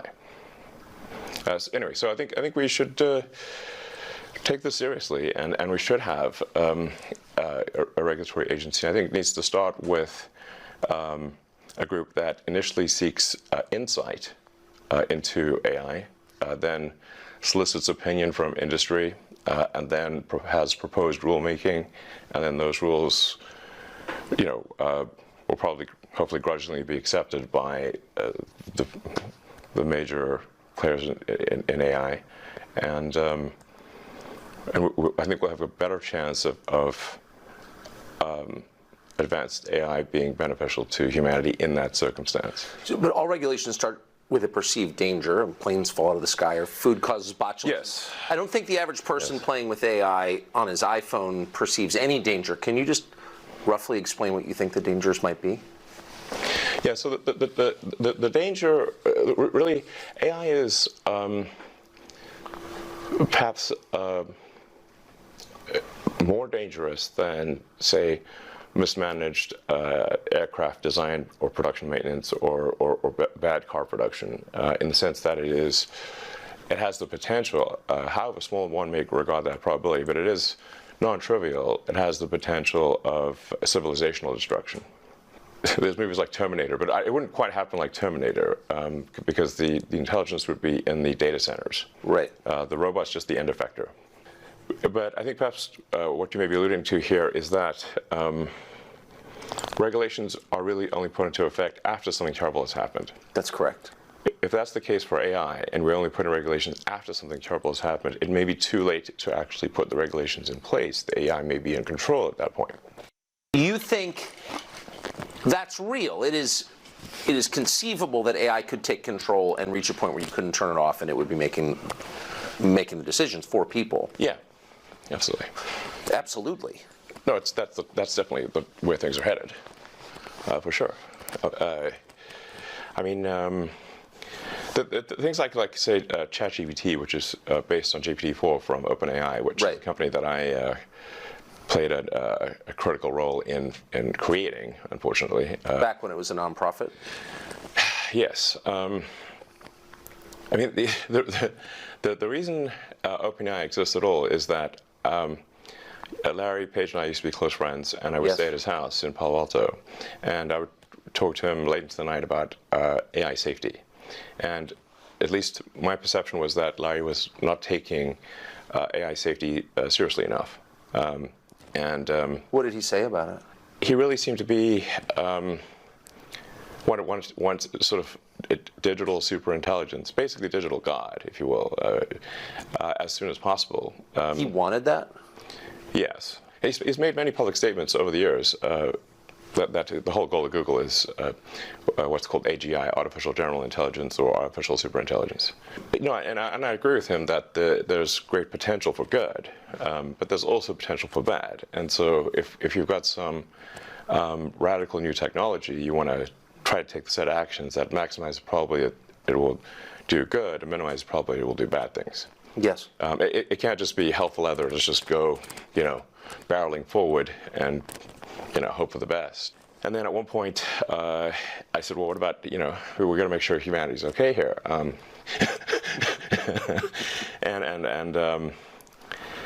then he called me a speciesist. Did he use that term? Yes. And there were witnesses. I wasn't the only one there when he called me a speciesist. And so I was like, okay, that's it. Yes, I'm a speciesist. Okay. You got me. What are you?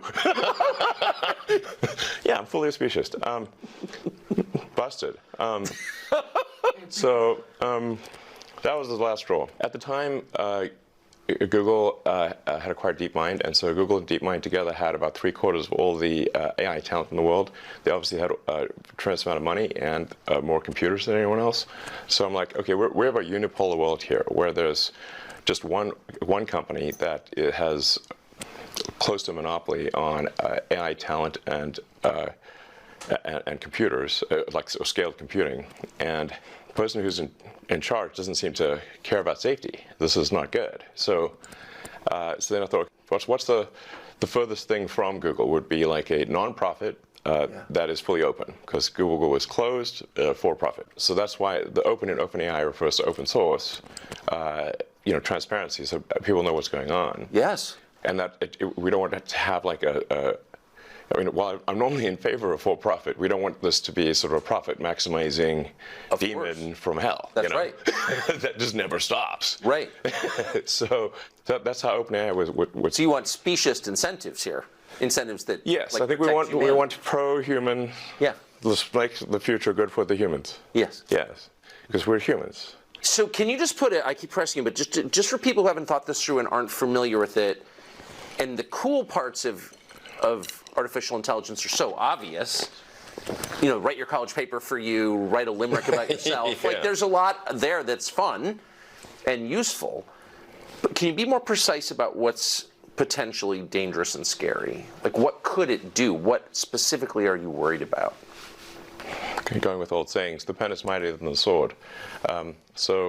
If you have a super intelligent AI that is capable of writing incredibly well and in a way that is very influential, convincing, and is constantly figuring out what is more convincing to people over time, and then enters social media, for example, Twitter, but also Facebook and others, and potentially manipulates public opinion in a way that is very bad. How would we even know? How do we even know?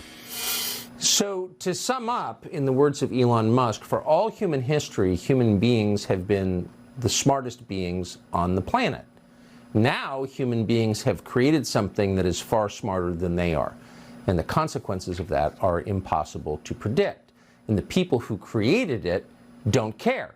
In fact, as he put it, Google founder Larry Page, a former friend of his, is looking to build a, quote, digital god, and believes that anybody who's worried about that is a speciesist. In other words, is looking out for human beings first. Elon Musk responded, as a human being, it's okay to look out for human beings first. And then at the end, he said the real problem with AI is not simply that it will jump the boundaries and become autonomous and you can't turn it off. In the short term, the problem with AI is that it might control your brain through words. And this is the application that we need to worry about now, particularly going into the next presidential election. The Democratic Party, as usual, was ahead of the curve on this. They've been thinking about how to harness AI for political power. More on that next.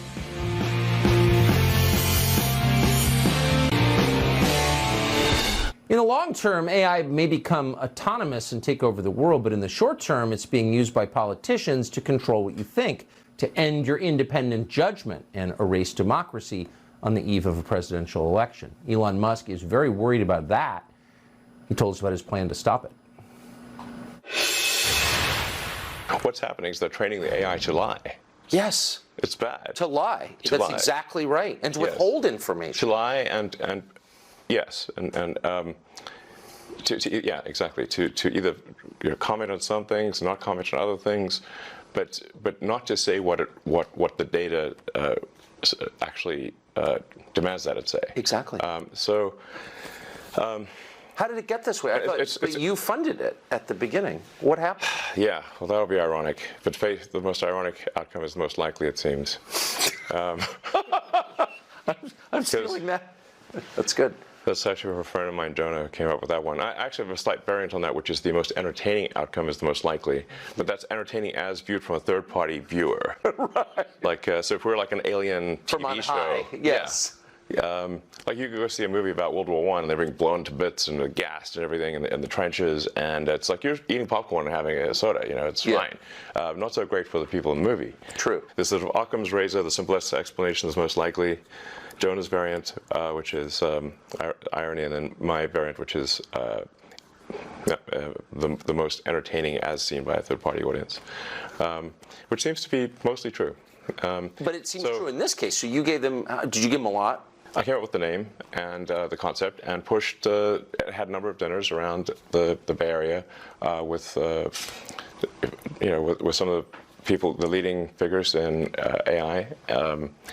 And I helped recruit the initial team. In fact, the Ilya Sutskever, who was really quite fundamental to the success of OpenAI, I put a tremendous amount of effort into recruiting Ilya, and he changed his mind a few times and ultimately decided to go with OpenAI. But if he had not gone with OpenAI would not have succeeded. I really put a lot of effort into creating this organization to serve as a counterweight to Google. And then I kind of took my eye off the ball, I guess, and they are now closed source, and they are obviously for profit, and they're closely allied with Microsoft. In effect, Microsoft has a very strong say, if not directly controls OpenAI at this point.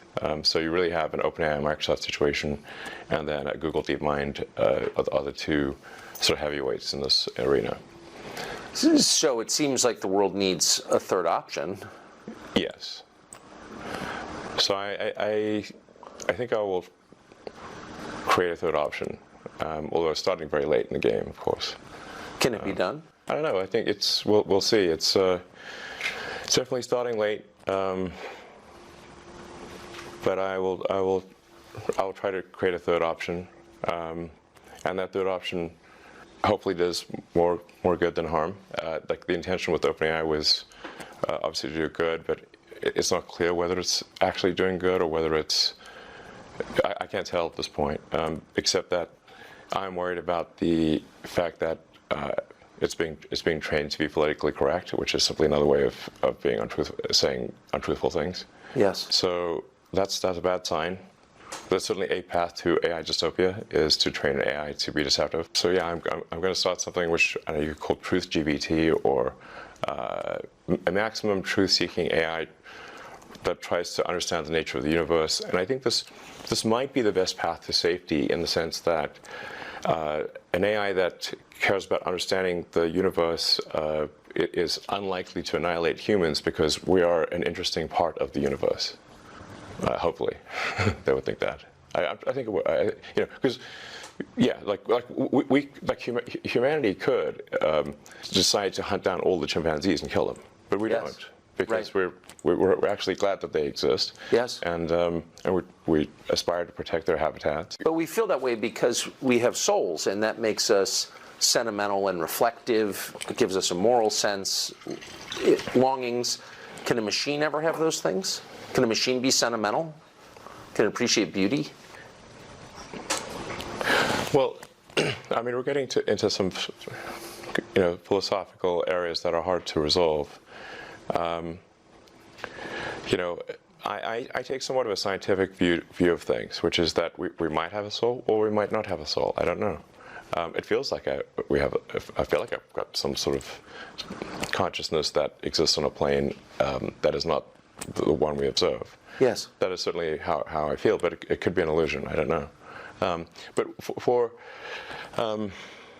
AI, in terms of understanding beauty, It's a difference from appreciating beauty and being able to create incredibly beautiful art. Yes. Will AI be able to create incredibly beautiful art? It already does. Yes, I know. If you see some of the Mid-Journey, I have. This stuff, it's incredible. It is. No question that it can create art that we perceive as stunning, really. It's doing sort of still images now, but it won't be long before it's doing movies and shorts and movies, just a series of frames with audio. But at that point, because it can mimic people and voices, any image, it can mimic reality itself so effectively. Yeah. I mean, how could you have a criminal trial?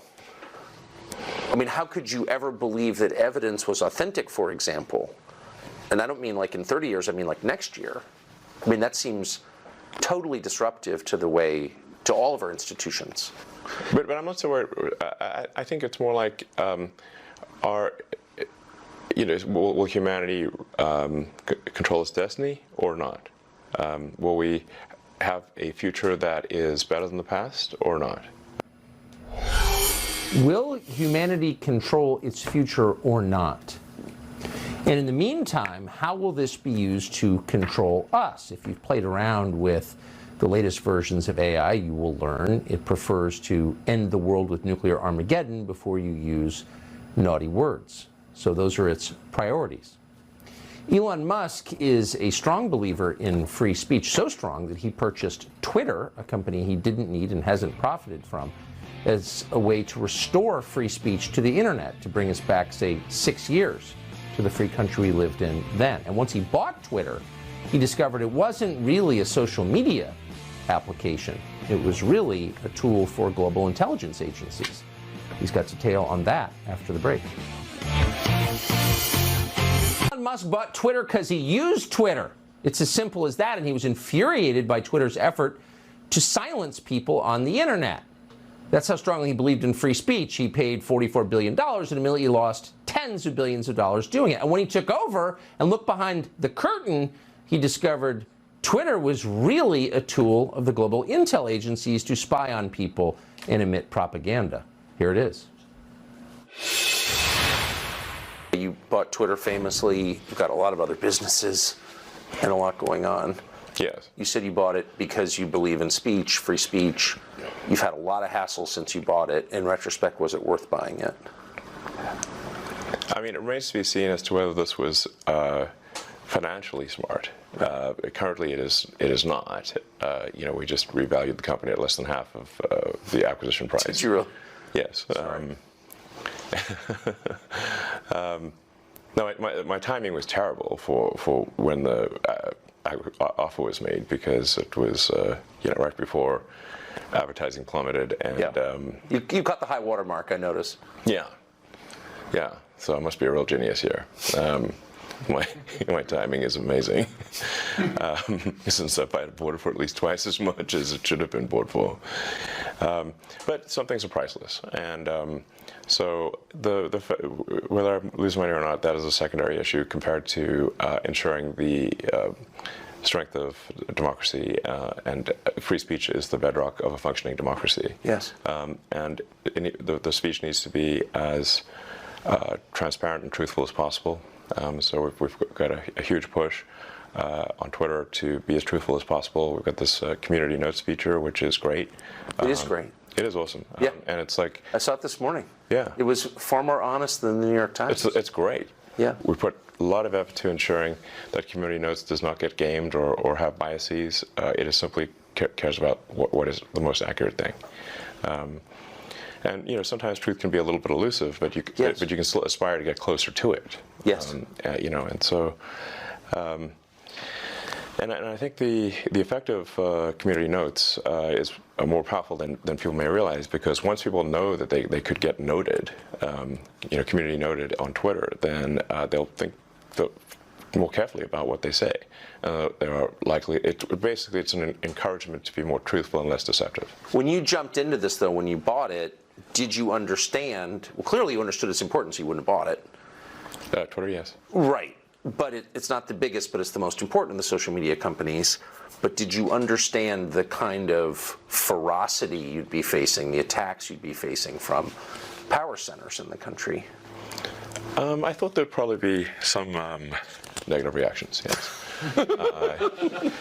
So I'm sure everyone would not be pleased with it.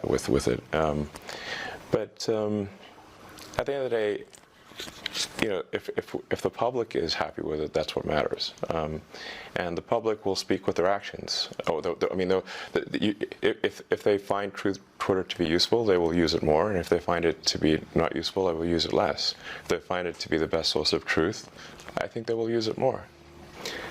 Now there's obviously a lot of organizations that are used to having sort of unfettered influence on Twitter that no longer have that.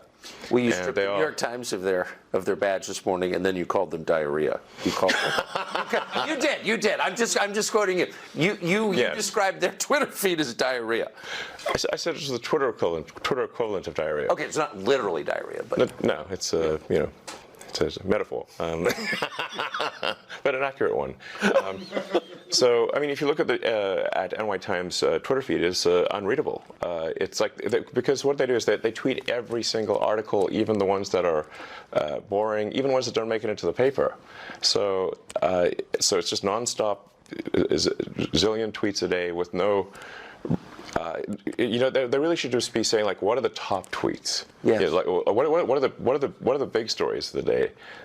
I don't know. Put out like 10 or something. So some number that's manageable, as opposed to right now. If you were to follow NY Times on Twitter, you're going to get barraged with like hundreds of tweets a day. Yeah. And your whole feed will be filled with NY Times. So. This is something I would recommend actually for all publications, which is for your primary feed, only put out your best stuff. I think I know a thing or two about how to use Twitter because I was the most interacted with account on the whole system before the acquisition.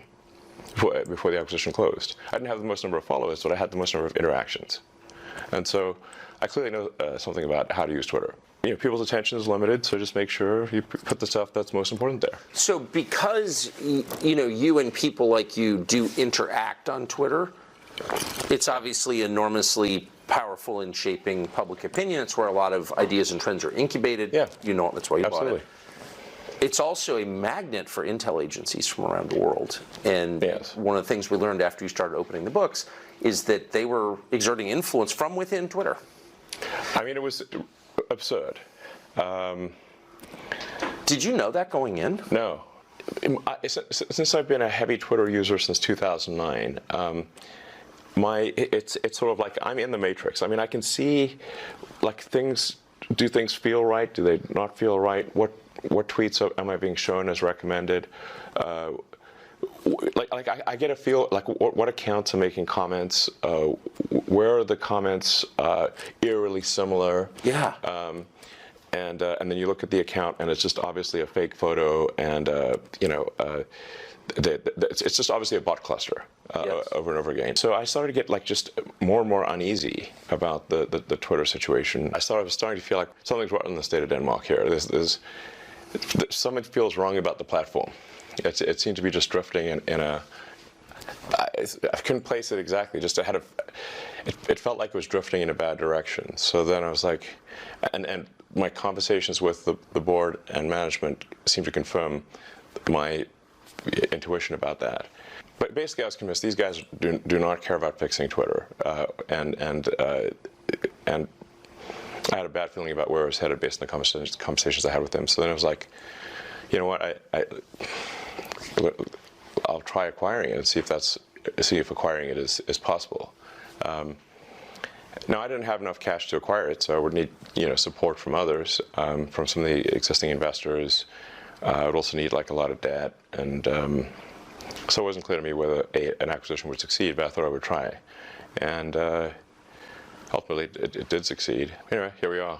But when you got there, and all of a sudden you own it, and all the data on the servers belongs to you. And it belongs to the people, in my view, but yes. But you can see what it is, and you can see what they've been doing, and you can see who's been working there. You were shocked to find out that various intel agencies were affecting its operations? The degree to which various government agencies effectively had full access to everything that was going on Twitter blew my mind. I was not aware of that. Would that include people's DMs? Yes. Yes, because the DMs are not encrypted. So one of the things that we're about to release is the ability to encrypt your DMs. That's pretty heavy duty, though, because a lot of well-known people, reporters talking to their sources, government officials, the richest people in the world, they're DMing each other. And the assumption, obviously, it was incorrect, but was that that's private, but that was being read by various governments? Yeah, that seems to be, yes. It's scary. Yes, it is. Like I said, we're moving to have the DMs be optionally encrypted. I mean, there's like a lot of DM conversations which are, just chatting with friends. It's not important. Of course. That's hopefully coming out later this month, but no later than next month, is the ability to toggle encryption on or off. So if you are in a conversation you think is sensitive, you can just toggle encryption on, and then no one at Twitter can see what you're talking about. They could put a gun to my head, and I couldn't tell. I couldn't. That's sort of the gun to the head test. If somebody puts a gun to my head, and can I still not see your DMs? That's the acid test. Yes. And that's how it should be if you want your. Have you had complaints from various governments about doing this? I haven't had direct complaints to me. I've had sort of like some indirect complaints. I think people are a little concerned about complaining to me directly in case I tweet about it.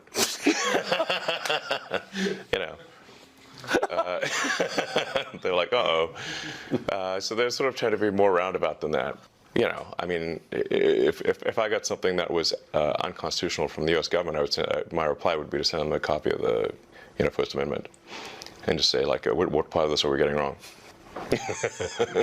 You have a lot of government contracts. What part of this are we getting wrong? Please tell me. I mean, it's a pretty. No, I'm just saying, but you're kind of exposed in your other businesses. So this is just in case our viewers aren't following this.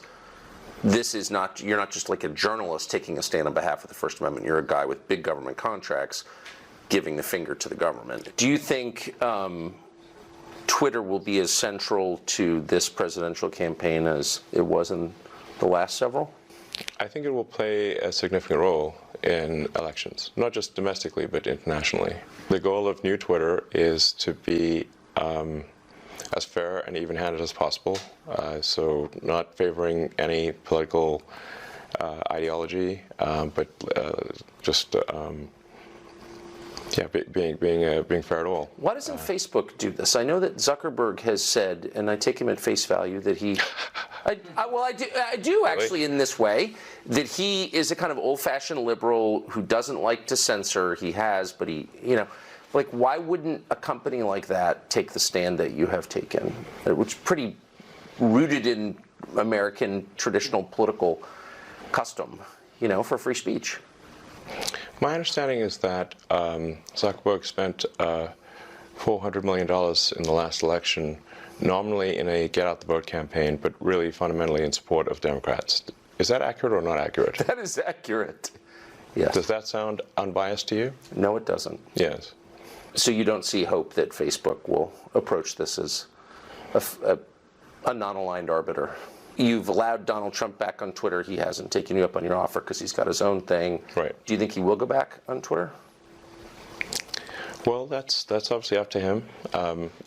My job is to, I take the freedom of speech just very seriously. So it's. I didn't vote for Donald Trump. I actually voted for Biden. Not saying I'm a huge fan of Biden, because I think that would probably be inaccurate. But we have difficult choices to make in these presidential elections. It's not.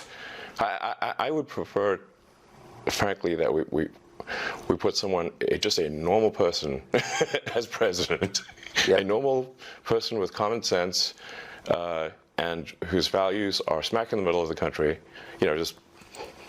Center of the normal distribution, and I think that would be great. I think we have made maybe being president not that much fun, to be totally frank. public doesn't trust big news organizations anymore because they're so obviously filthy and dishonest. They don't trust social media companies because, as you just heard, Facebook is working for the Democratic Party. We asked Elon Musk how he's going to make Twitter a place that people can trust and how he's going to do that after firing 80% of his staff. That's next. So the headline here so far is that before Elon Musk bought it, Twitter wasn't so much a social media site as a honey trap operated by global intelligence agencies, including our own. One of the very first things Elon Musk did was fire all the spies who worked at Twitter. Then he fired a lot of other people too, including the entire PR department, the HR department, and a lot of other useless baggage who weren't helping the company do anything worth doing. And what happened next? We asked him. Meant a shrinking pie, obviously, for most of the traditional media companies, and made them more desperate to get clicks, to get attention, and it just made them when they're in sort of a desperate state, they will then tend to really push headlines that get the most clicks, whether those headlines are accurate or not. So it's resulted, in my view, I think most people would agree, a less truthful, less accurate news. Because they just got to get a rise out of people. And I think it's also increased the negativity of the news because I think we humans instinctually respond more to I think we have an instinctual negative bias, which kind of makes sense in that, like, if let's say, like, it's more important to remember where was the lion or where was the tribe that wants to kill my tribe than where is the bush with berries. Yes. Like, one's like a permanent negative outcome, and the other is like, well, I might go hungry. So, meaning like there's an asymmetry in sort of involved asymmetry in negative versus positive stuff, and also historically, the negative stuff would have been quite proximate, like it would have been near, represented a real danger to you as a person if you heard negative news. Because historically, like a few hundred years ago, we're not hearing about what negative things are happening on the other side of the world or on the other side of the country. We're hearing about negative things in our village. Things that could actually have a bad effect on you. Whereas now we're hearing about, the news very often seems to attempt to answer the question, what is the worst thing that happened on Earth today? And you wonder why you're sad after reading that, Do you read any legacy media outlets? I really get most of my news from Twitter at this point. It is the #1 news source, I think, in the world at this point. What percentage of your staff did you fire at Twitter? One of the great business stories of the year. I think we're about 20% of the original size. So 80% left. Yes. So a lot of people voluntarily. Sure, but it's 80% are gone from the day you took over. That's correct. Yes. So how do you run the company with only 20% of the staff? It turns out you don't need that many people to run Twitter. But 80%? That's a lot. Yes. If you're not trying to run some sort of glorified activist organization and you're not care that much about censorship, then you can really let go of a lot of people, it turns out. How many others, without naming names, but I had dinner with somebody who runs a big company recently who said, I'm really inspired by Elon. And I said, the free speech stuff? He goes, no, the firing the staff stuff. Yeah. How many other CEOs have come to you to talk about this? I spend a lot of time at work, so it's not like I'm meeting with lots of people. They see what actions I've taken, but I think we just had a situation at Twitter where it was absurdly overstaffed. So it wasn't. Like you look at, say, like, what does it really take to operate Twitter? Most of what we're talking about here is a group text service at scale. Like, how many people are really needed for that? And if you look at what has been the product development over time with Twitter. And you years versus product improvements, and it's like a pretty flat line. So what are they doing? It took a year to add an edit button that doesn't work most of the time. I mean, I feel like it was a comedy situation here. You're not making cars, it's very difficult to make cars or get rockets to orbit. So, the real question is how did it get so absurdly overstaffed? This is insane. So, anyway, and it's clearly working. In fact, I think it's working better than ever.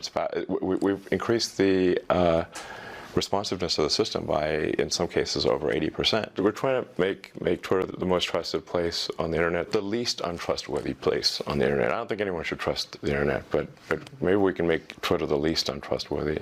Like I said, try to get the truth to the people as best we can. When Elon Musk took over Twitter, the company had something called a human rights team. There was no measurable increase in human rights around the world. In fact, Twitter was doing its best to crush human rights, starting with the most basic, which is the right to say what you really think. Elon Musk, in his spare time, runs the world's biggest rocket company. Couldn't resist asking him if he ever sees anything out there in space that's not human. So we did. That's next. Also runs the world's biggest rocket company, so we couldn't resist asking him about aliens. Of course we did. A lot of people ask me, where are the aliens? And I think if anyone would know about aliens on Earth, it would probably be me. I would think. Yeah, I'm very familiar with space stuff. Tomorrow night, his full answer on that, and also his views on why civilizations rise and why they fall and what we can do about it. Elon Musk has famously decided to help repopulate the Earth himself. We're going to tell you his thinking behind that, or rather he will explain it. A fascinating second part of our interview with Elon Musk tomorrow night right here at 8 p.m. Eastern. We've got a new documentary, by the way, on Fox Nation called